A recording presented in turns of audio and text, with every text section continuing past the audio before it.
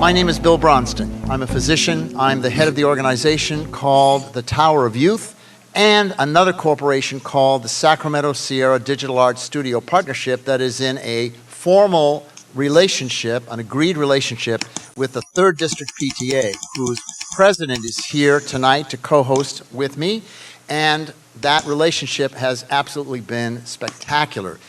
The people that are involved in media arts and media communication in the school system are the critical spine of the transformation of all academic teaching.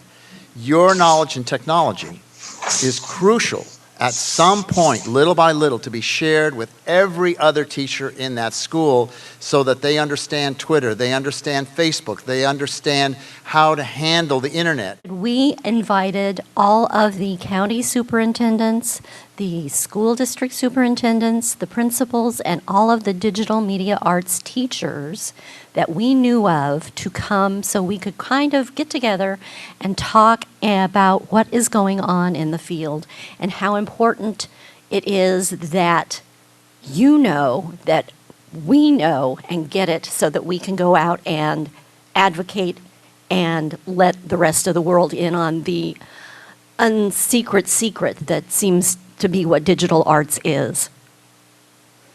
Mr. Craig Cheslog is with us tonight. He serves as the principal advisor to the California State Superintendent of Public Instruction, Tom Torlakson.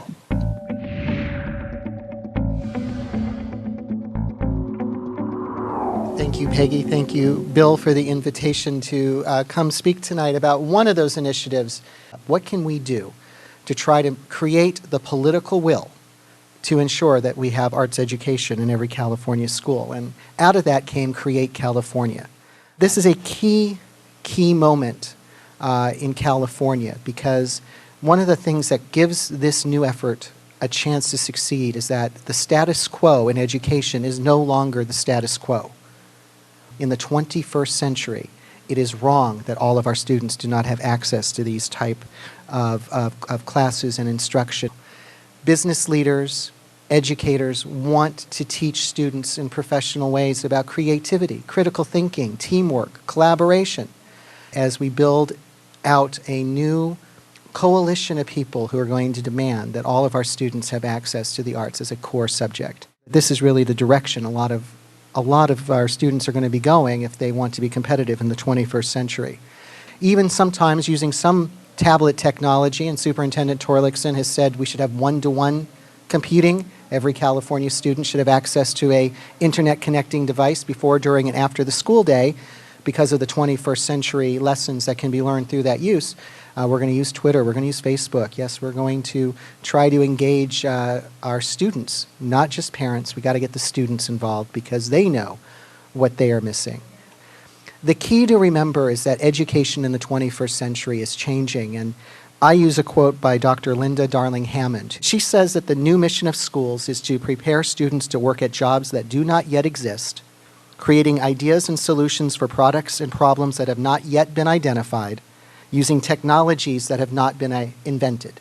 When Create California ramps up and we do our website and we do our Facebook page and we have meetings around the state and try to engage you, I hope you'll join us. The weatherman says the wave is coming, and you better believe him.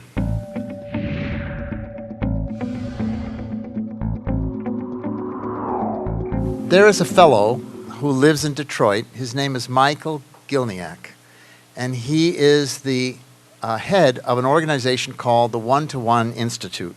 The beauty of all this is that Michael has been watching you all since we began the program, because we have him on live Skype wirelessly from Detroit. Hi, everybody. I'm going to share my screen with you.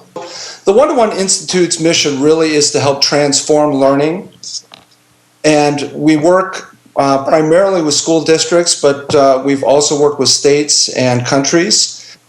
Part of my concern is if we don't embrace technology in appropriate ways, and we don't understand the human mechanism of learning and the importance of creativity in that mechanism, we're going to lose our students, not just in the classroom, but to the school district, they're going to have other opportunities for learning, and the public education system could be doomed in the very near future. Imagine, if you will, a school where learning is truly personalized, but at the same time is collaborative, where teachers become activators of curiosity and learning, where learning is maximized for every student, and where advanced placement doesn't mean a thicker textbook, but truly a most challenging hands-on curriculum, where students are excited about learning and are thrilled by their achievements, and student voice is honored with a focus on agency and mastery, where students connect to the real world and ask real-world questions and find real answers, but are still free to create their own worlds. These are our students and the future leaders of our world. And at Project Red, we believe that when these things are properly implemented, we can double student achievement without spending more money. We're really talking about transforming the way the school operates. It's a whole different paradigm from our traditional model. None of this can happen unless you're at a one-to-one student-to-computer ratio. Every student needs to have access to the World Wide Web. They need access to all the digital content. I really see a moral imperative. I really see a moral issue for the country. There are lots of districts that are implementing technology, but is the technology really shifting the way we learn and teach? What can you do as a teacher or as a parent to really activate this, to really create change? What power do you really have? You need to try to help your principals, your superintendent, your legislators, your state superintendent, anybody that will listen. You need to try to advocate for these things and help move this forward. And we're going to do great things for kids and engage them in ways that have not been known before.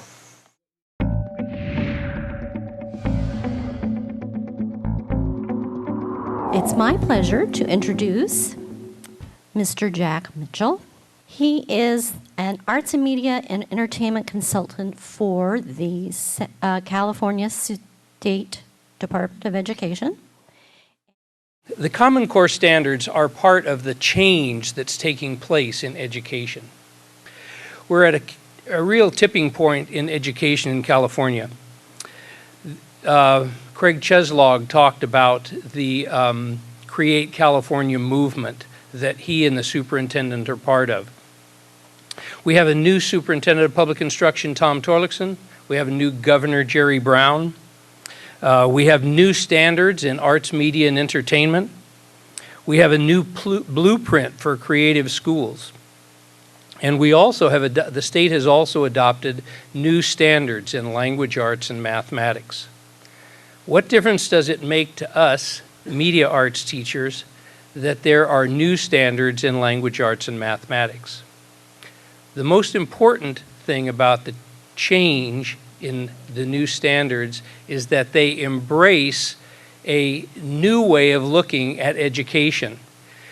The good thing about these Common Core state standards is that they allow us, the media arts teachers, the performing arts teachers, to take a leading role in the change that's taking place, partially because we are teachers who are comfortable with change.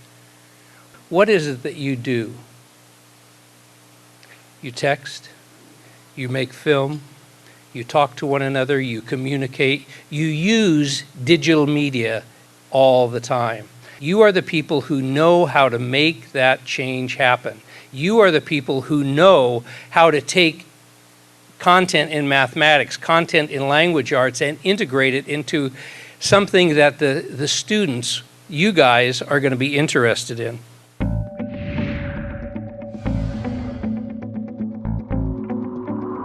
There are different pieces of this tapestry that are being woven into the picture. The issue of the creative schools, the issue of a new way of approaching, really deeply transforming programs at district levels, at large school levels. I want to go to all of the PTA schools to all the schools that have PTAs with digital media arts programs and talk to those parents and let them know what's going on in their school, because I can guarantee you most of them don't know. So the next round is going to be us getting back to you and getting back to all the people that we invited initially so that we can begin seriously to continue this conversation in a meaningful kind of way.